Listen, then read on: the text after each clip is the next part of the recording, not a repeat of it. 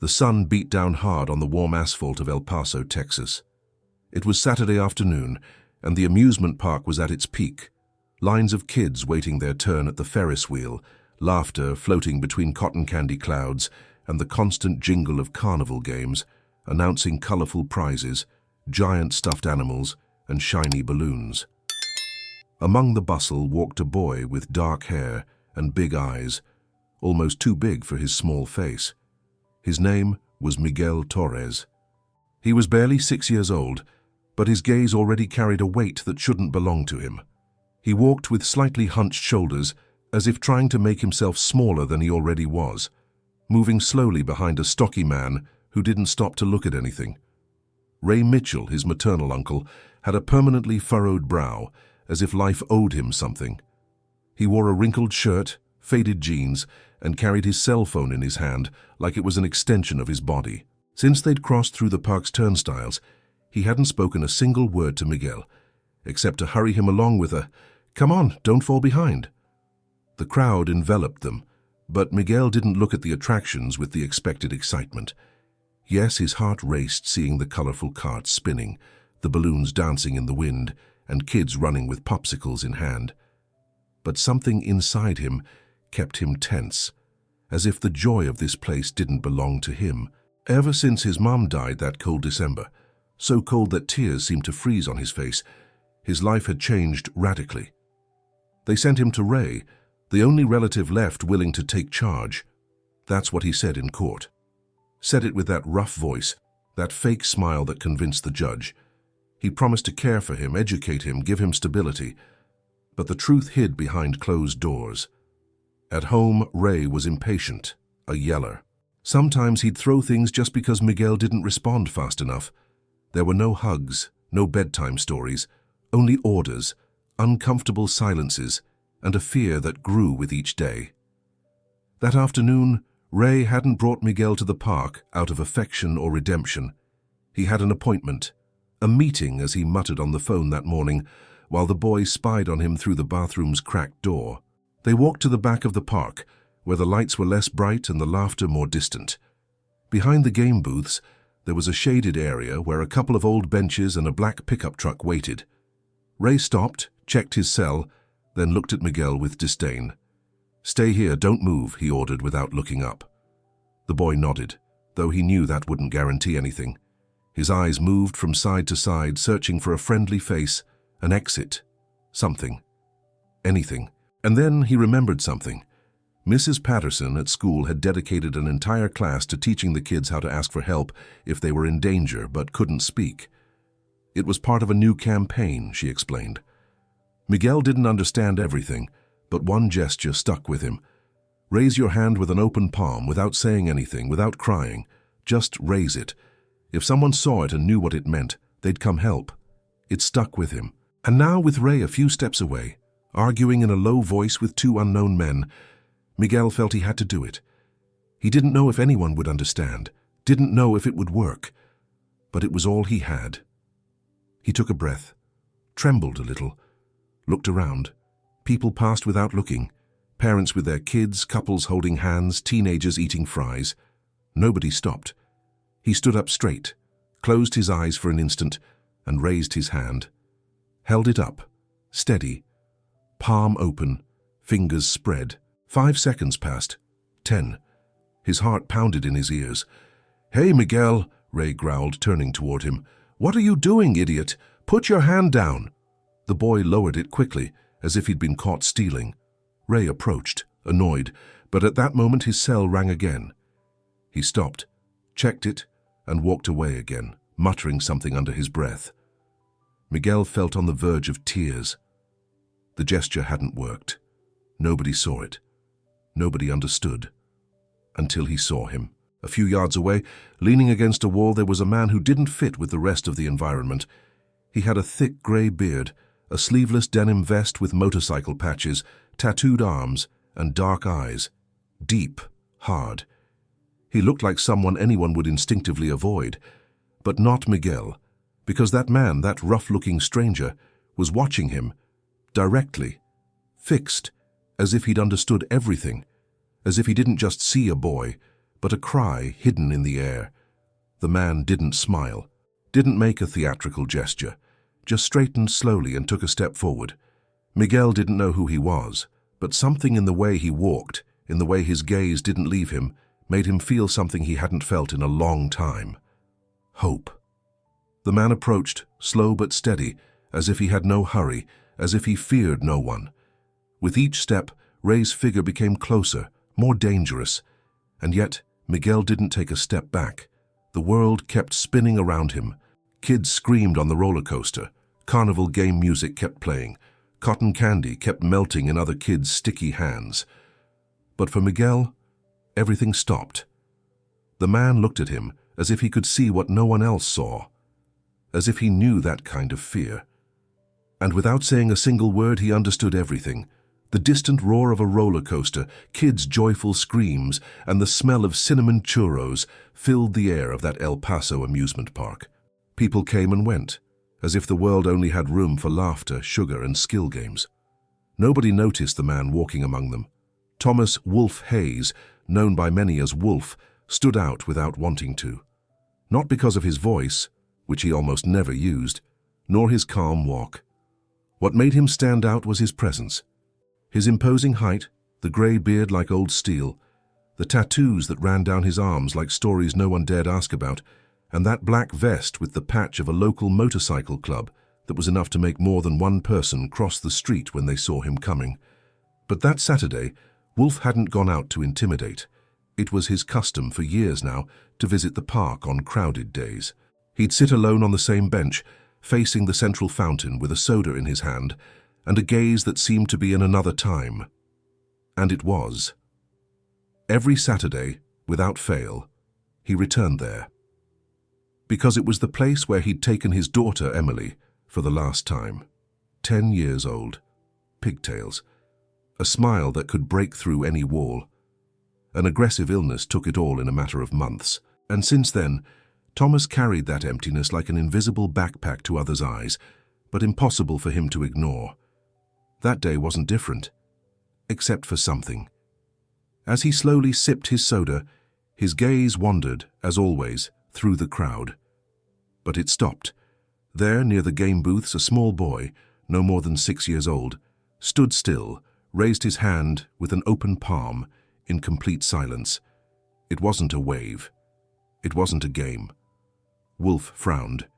He knew immediately. Because in that boy's eyes there was something he knew all too well. Real fear. The kind you don't scream. The kind you silence to survive. Without moving more than necessary, he set the cup aside. He stood. His heavy boots hit the pavement with that slow rhythm that always commanded respect, though that wasn't his intention.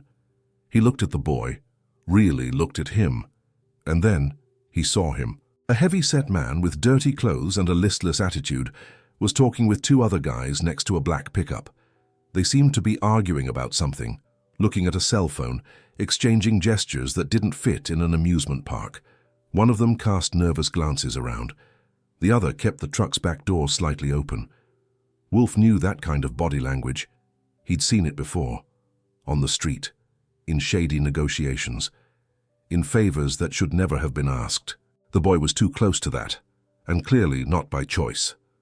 Thomas took a deep breath, and his instincts, the ones he'd been trying to bury for years, activated without permission. He crossed the park as if the rest of the world didn't exist. People dodged him by reflex, they didn't know it, but that shadow of a man was the only person in that place who was about to do the right thing. When he was just a few steps away, he saw how the guy who seemed to be the boy's guardian yelled something at the kid, pushed him slightly. The boy stumbled, but didn't cry, just stood there, eyes down, as if he were used to it. Thomas felt his jaw harden. "Problems here," he said in a deep voice without raising his tone, but with the firmness of someone who doesn't need to repeat himself.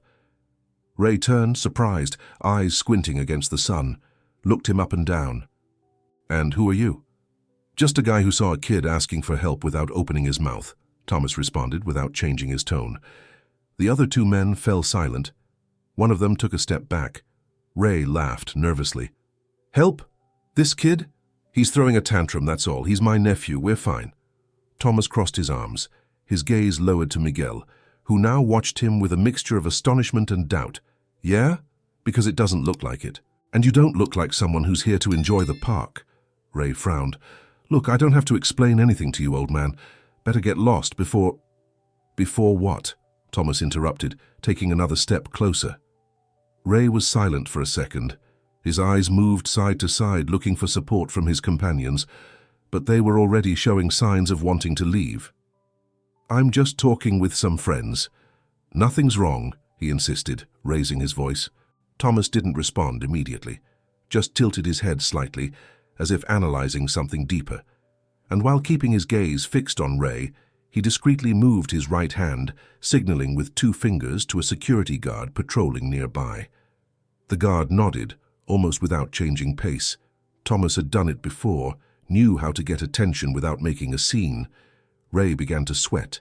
"Listen, I don't know who you think you are, but I think I'm someone who's not going to turn his back when a kid asks for help," Thomas said in a low voice, but sharper than ever.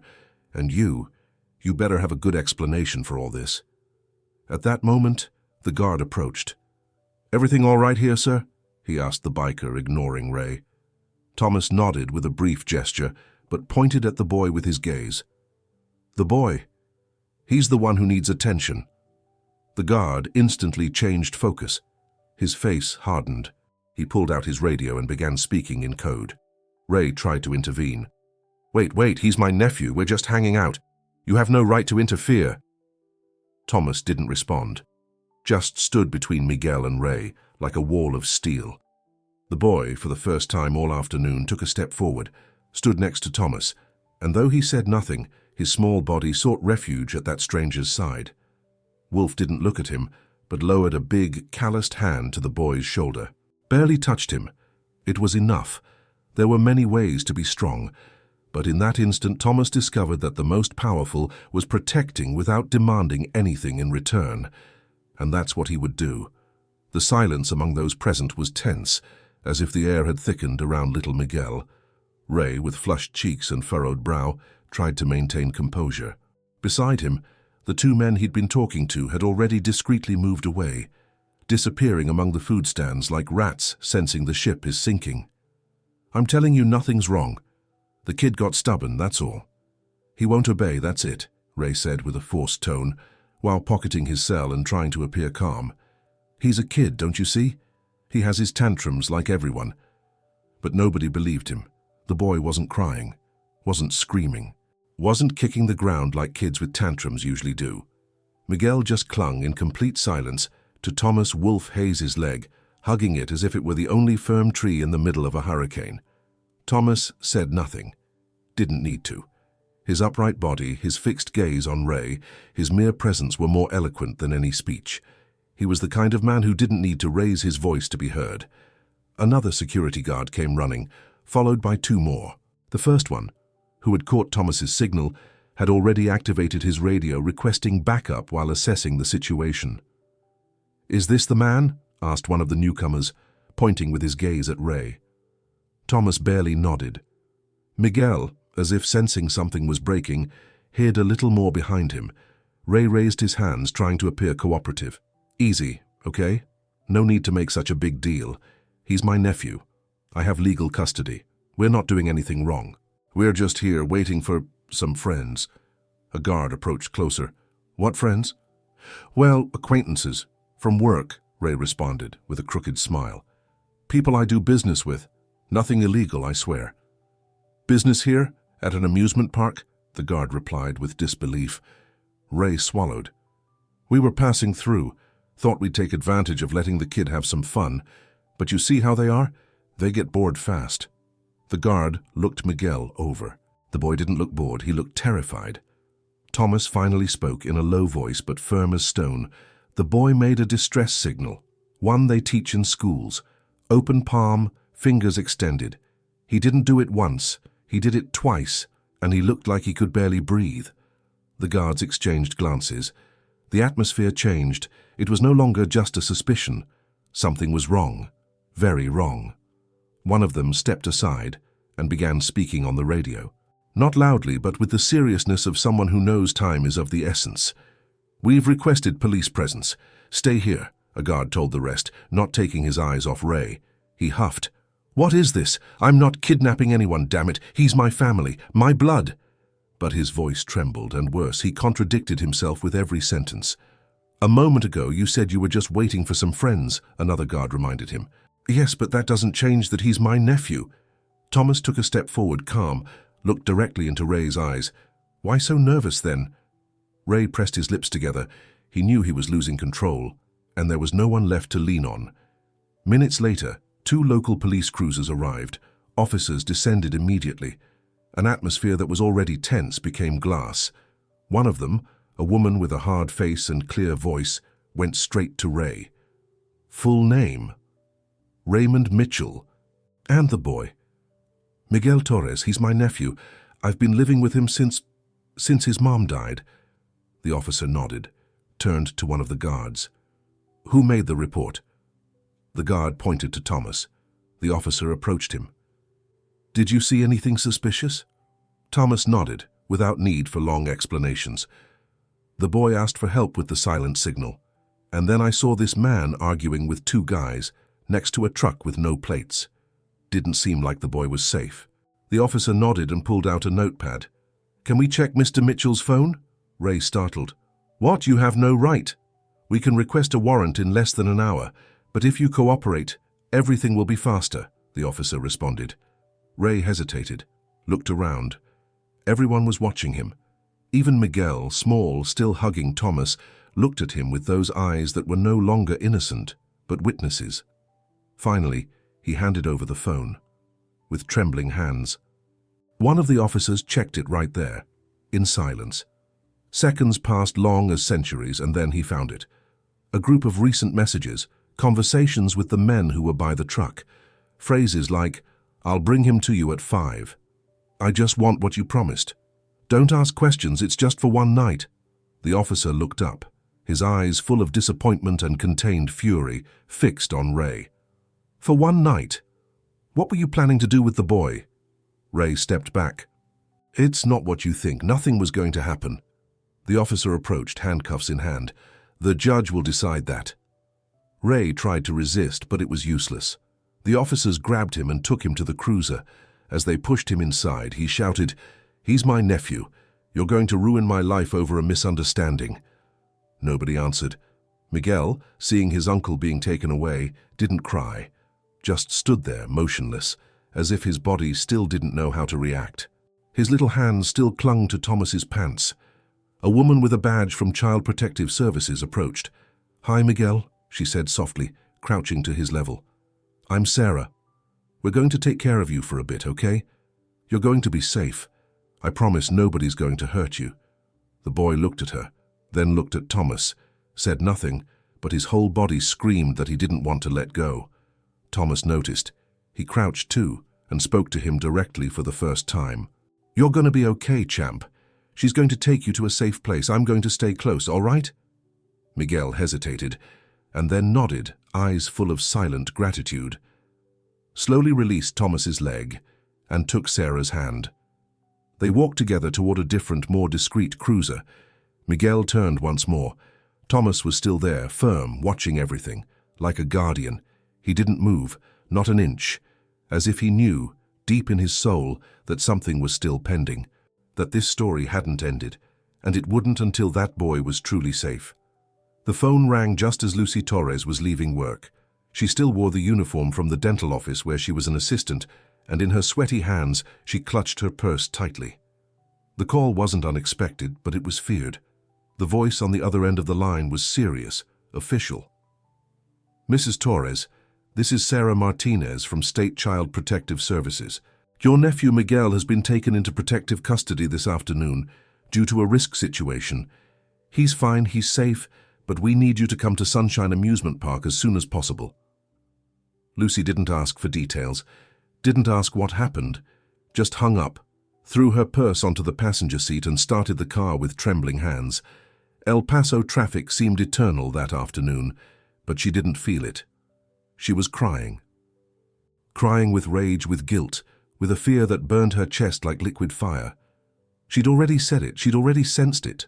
From the day she found out her sister had died and Ray, that rough guy, absent with a murky gaze, had received custody of Miguel, something inside Lucy twisted.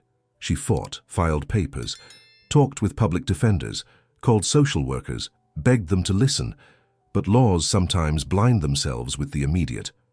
Ray had an address, a job, and a blood connection. She, on the other hand, was barely recovering from surgery, didn't have her own house, and worked part-time. Nobody saw what she saw. Nobody believed what her intuition screamed. "That man shouldn't be with a child," she said over and over. And now that child was alone in a park, in the state's hands, scared. Images piled up in her mind as she passed yellow lights and dodged cars as if time were running out. Because in her heart it was running out. Miguel wasn't just her nephew. He was all she had left of her sister, of the family they once dreamed of together when they were girls playing in the living room at being moms, nurses, teachers. That amusement park suddenly appeared before her tear-filled eyes. Lucy parked the car abruptly, left the keys in, and ran out. Her heart pounded like it would explode. The silent sirens of 2 cruisers were still there. A couple of officers talked among themselves. Security guards walked in circles, organizing what remained of the commotion. And there, among all the chaos, she saw him, Miguel, small, fragile, standing next to a man who looked like he'd stepped out of a biker movie. Tall, strong, covered in tattoos, with a beard that gave him a wild air. And yet there was something deeply tender about that scene, because Miguel was hugging him, not like a child who thanks for a favor, but like someone who's drowning and clings to the first true breath. Lucy stopped dead. Her first impulse was to run to her nephew, but something stopped her. The intensity of the moment, the silence surrounding it, the way that man, that complete stranger, slowly lowered an enormous hand to return the hug, without saying a word, with slightly moist eyes, as if that contact stirred things he'd buried long ago. And then Miguel saw her, released Thomas, but only a little, looked at his aunt. His lips moved without sound, ran toward her with small steps, as if still doubting it was real. Lucy fell to her knees and received him with open arms, cried, laughed through tears, pressed him against her chest as if wanting to melt him back inside herself. "My love, my baby, you're okay now. You're with me," she whispered non-stop. "Nobody else is going to hurt you, I swear it. I swear it." Miguel didn't say much, just clung, but his eyes were no longer completely broken. After a few seconds, the boy released Lucy, turned around and ran back to Thomas. Lucy watched, perplexed.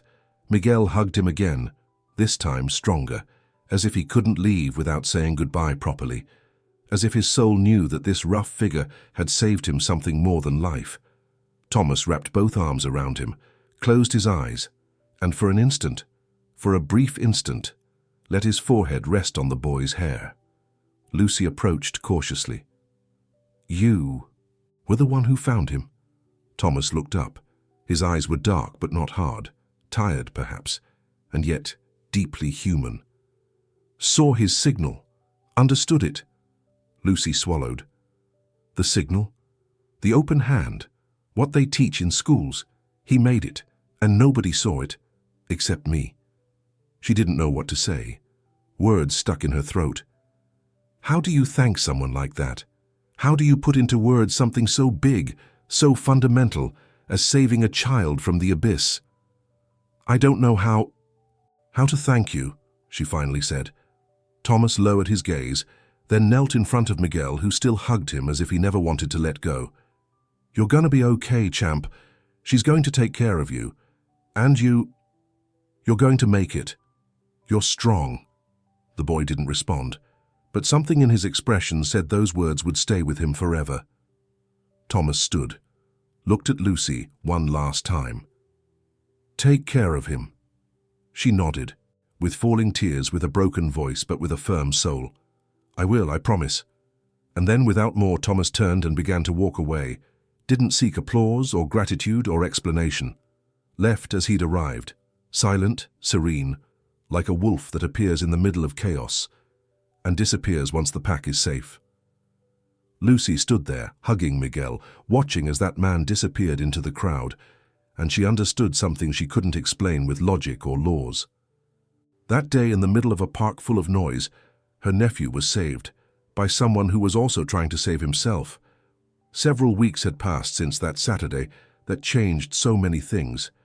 In a modest house in East El Paso, mornings were no longer silent or tense. Instead of yells or heavy footsteps, there was laughter, spoons clinking against cereal bowls, and kids' songs playing softly on TV. Miguel Torres, barely 6 years old, ran down the hallway with a towel cape tied around his neck and a smile that lit up his whole face. His laugh was clean, almost new, as if he'd just learned to use it. Lucy watched him from the kitchen, heart full. Not everything was perfect. There were nightmares some nights, long silences sometimes, but each day Miguel talked a little more, laughed more, slept better. His drawings were more colorful. He no longer hid crayons under the bed. He'd started calling her Aunt Lucy, did it in a low voice at first, as if testing the name, and then said it naturally, without fear, as it should be. Miles away at the motorcycle shop where he spent most of his days, Thomas Wolf Hayes greased a chain with steady hands. His fingers were rough, marked by years, but moved with precision. Nothing seemed different from the outside. Still wore his vest, still listened to classic rock while working, still drank black coffee strong as gasoline. But something in his gaze had changed. Now when he finished fixing a bike and went out to test it through the streets, it wasn't rare to see him take an extra loop. Sometimes he'd pass by parks. Sometimes he'd simply stop to watch kids play. He didn't approach, didn't intervene, but he was there. One Wednesday afternoon, he found a yellow envelope in his mailbox. Had no return address, but the name was written by hand with shaky letters, for Mr. Thomas Hayes, from Miguel. Thomas opened it in silence, standing next to his bike. Inside was a folded sheet with a drawing made with crayons. It showed a tall man with a beard, wearing a black vest, and a small boy hugging him. Below, with evident help from someone older, it said, "Thank you for hearing me without me talking. Thank you for seeing me. Thank you for not being afraid of me. Miguel." Thomas stood there for a long time, holding that piece of paper like it was gold. Felt something loosen in his chest, as if it had been tied for years. He closed his eyes, and for a moment returned to the past. It was a fall day many years ago. Emily, his daughter, ran through a very similar park, had her hair up in 2 messy buns and jeans full of grass, shouted, "Daddy, Daddy, watch me," while hanging from the bars with the agility of a squirrel. Thomas was on a bench, drinking coffee, wore the same vest, had less grey hair, and a smile that, in those days, came easier. "I'm watching, Princess. You're a champion," he'd shout, raising his thumb. Emily would jump, land in the sand, then run to his side so he'd clean her hands. She was his world, his everything. And then she was gone. First slowly, then suddenly. Thomas had learned to live with that hole, or so he thought, until a boy with big eyes, a raised hand, and a silence full of fear touched that part of his soul he thought was dead. His Harley's engine roared that afternoon as Thomas crossed the city. Had no fixed destination. Just let the road guide him. Passing through a familiar avenue, he turned by instinct onto a side street, recognized the park in the distance. It was the same one where everything had happened. He stopped at a red light and, unplanned, slowed down in front of the entrance. There, under a tree, was Lucy sitting on a blanket, reading a book. A few yards away, running after a red ball, was Miguel. Wore a dinosaur t-shirt and a sideways cap. Laughed. Shouted with happiness. Played, truly. Thomas turned off the engine and stayed there, a few yards away. Didn't want to interrupt, didn't want to approach, just needed to see. Miguel turned his head by chance, saw him, and recognized him. His eyes lit up, and by reflex, he raised his hand. Palm open, fingers extended. But this time, it wasn't a silent cry for help. It was a wave, an "I see you," an "I remember you." Thomas didn't respond with his hand, but he smiled. A real smile, big, even clumsy, the kind that hurts from being so sincere. He started the engine again, made a slow turn, and without looking back, accelerated down the highway. That day, he knew something in him had also healed, because sometimes saving another is also saving yourself.